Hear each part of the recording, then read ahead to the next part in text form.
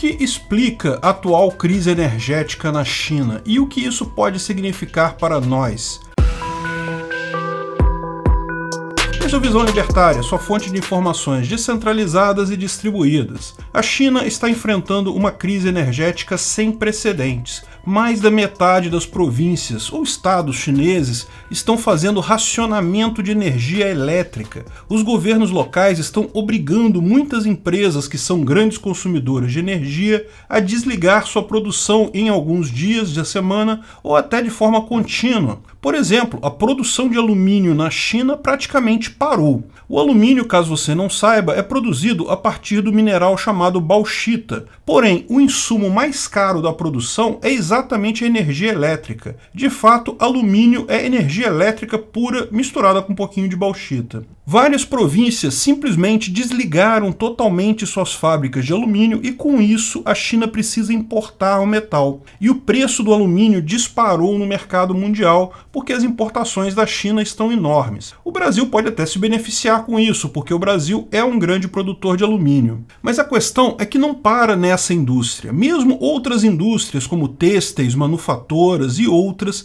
estão tendo que fazer revezamento, funcionando alguns dias da semana e outros não. Isso certamente vai gerar problemas ainda maiores nas cadeias de suprimento mundiais, que já estão fragilizadas por questão da pandemia. A China é responsável por um sem número de insumos de outras indústrias e até de insumos da agricultura. A situação ainda vai piorar muito mais adiante, mas já se detecta, por exemplo, uma dificuldade de obter fertilizantes para a agricultura. E por esse lado, o Brasil é um enorme consumidor de fertilizantes, que são extremamente necessários para a agricultura no Cerrado. Ou seja, o Brasil pode ser muito prejudicado por isso. A situação na China como um todo, porém, está bastante séria. Não há previsão de curto prazo de solução desses problemas. E pior, o inverno está chegando. Lá, como é uma região muito fria, as pessoas precisam de energia no inverno. E como a economia mundial está toda interligada, embora algumas indústrias pontualmente possam até ganhar dinheiro, no final, meu amigo, vai todo mundo perder.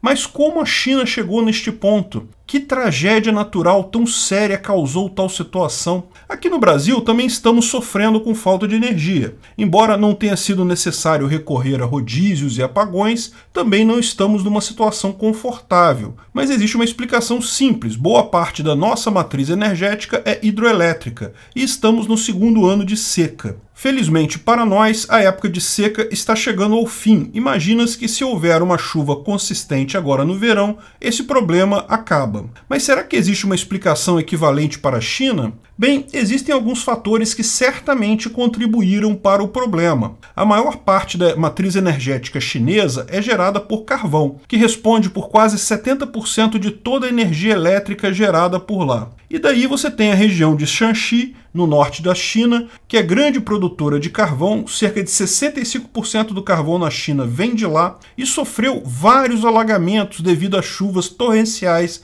nesses últimos meses, que chegaram até a alagar algumas minas de carvão da região, impossibilitando a exploração por algum tempo. E além deste problema pontual, também outros fatores externos tiveram impacto. A China é uma grande produtora de carvão, mas ainda assim importava muito carvão da Austrália. Porém, disputas geopolíticas entre esses dois países levaram a bloqueios mútuos que impedem esse negócio. Além disso, a crise energética na Europa levou ao aumento do preço do gás natural, que, embora represente relativamente pouco na matriz energética chinesa, certamente também contribuiu para o problema. A Europa também está passando por uma grave crise energética, mas por outros motivos. Veja o vídeo Preço do Gás Dispara, chegou a hora de pagar os acordos climáticos?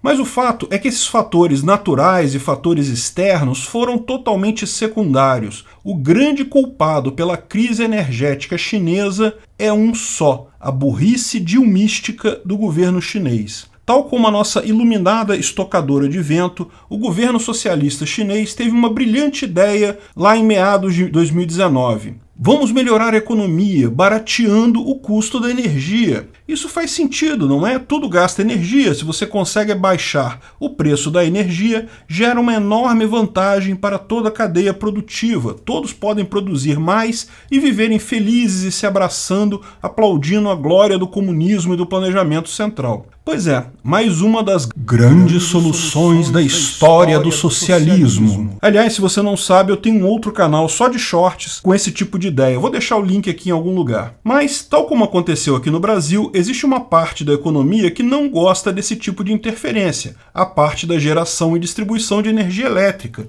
que se vê de uma hora para outra sufocada com margens baixas e preços congelados. Chega a ser patético como políticos socialistas acham mesmo que podem olhar toda a intricada, complexa e interdependente cadeia de produção e consumo e falar: olha, vou mudar esse preço aqui para ajudar. O que pode dar errado? O mercado é uma máquina muito mais intrincada, complexa, cheia de interdependências do que eles podem sequer imaginar. Mas enfim, em 2019, o governo chinês iniciou seu sistema Dilma de controle de preços da energia elétrica. Na verdade, não era simples controle de preços. Havia uma intrincada fórmula de bandas de negociação entre consumidores e fornecedores, mas no final o efeito era o mesmo. Não era o mercado definindo o preço, eram fórmulas malucas paridas da cabeça de burocratas idiotas. Isso já começou a dar problemas ainda no final de 2019, mas daí aconteceu algo que ninguém esperava. A pandemia em 2020 fez toda a economia da China desacelerar. Ao longo dos anos de 2020, as coisas ficaram mais devagar,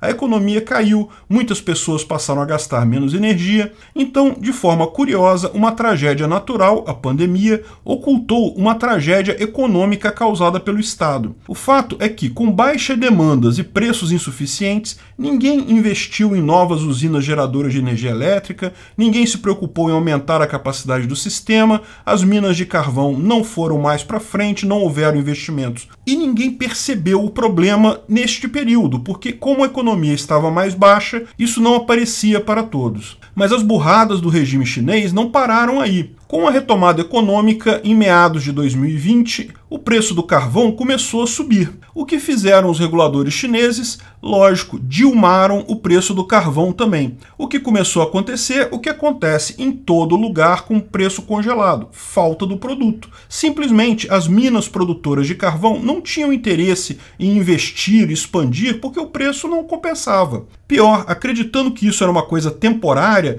que era só porque estavam retomando da pandemia e coisa e tal, as empresas geradoras de energia elétrica foram aconselhadas pelo governo chinês a consumir a sua reserva técnica de carvão. Uma usina termoelétrica tem um custo extremamente alto para ser desligada e ligada novamente. Isso até é feito eventualmente para manutenção, mas é algo muito raro, muito espaçado. Desligar uma usina dessas e ligar novamente tem um custo absurdamente alto. Então, elas são projetadas para funcionar o tempo todo, 24 horas por dia, 7 dias por semana, sem interrupção por meses e meses, às vezes anos a fio. Para evitar ter que desligar uma usina por falta de carvão, essas usinas mantêm grandes estoques de carvão na própria usina. Uma margem de segurança para caso não consigam comprar carvão por alguns meses, isso possa ser usado para manter a usina funcionando e assim evitar o grande prejuízo que seria ter que desligar ela. Só que aí as usinas começaram a fazer justamente isso, consumir a reserva, porque imaginavam que isso seria uma coisa temporária do reaquecimento da economia. Só que isso não era, isso era um problema estrutural causado pela lambança estatal lá atrás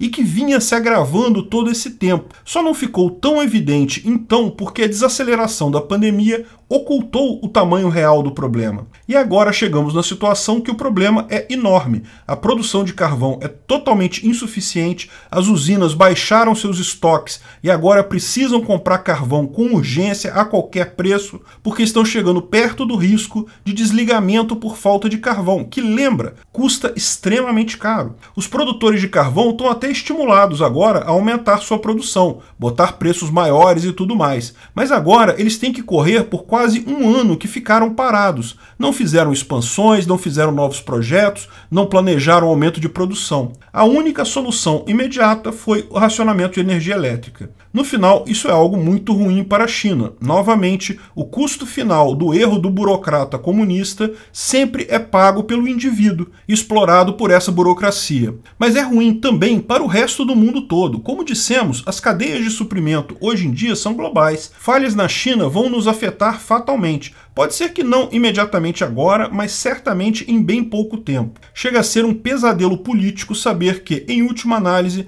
embora tenhamos nos livrado da nossa Dilma, ainda somos afetados pelas Dilmas dos outros. Temos que nos livrar de governos, políticos, burocratas e todos esses seres idiotas que vivem de nos atrapalhar. Temos que nos livrar deles o mais rápido possível.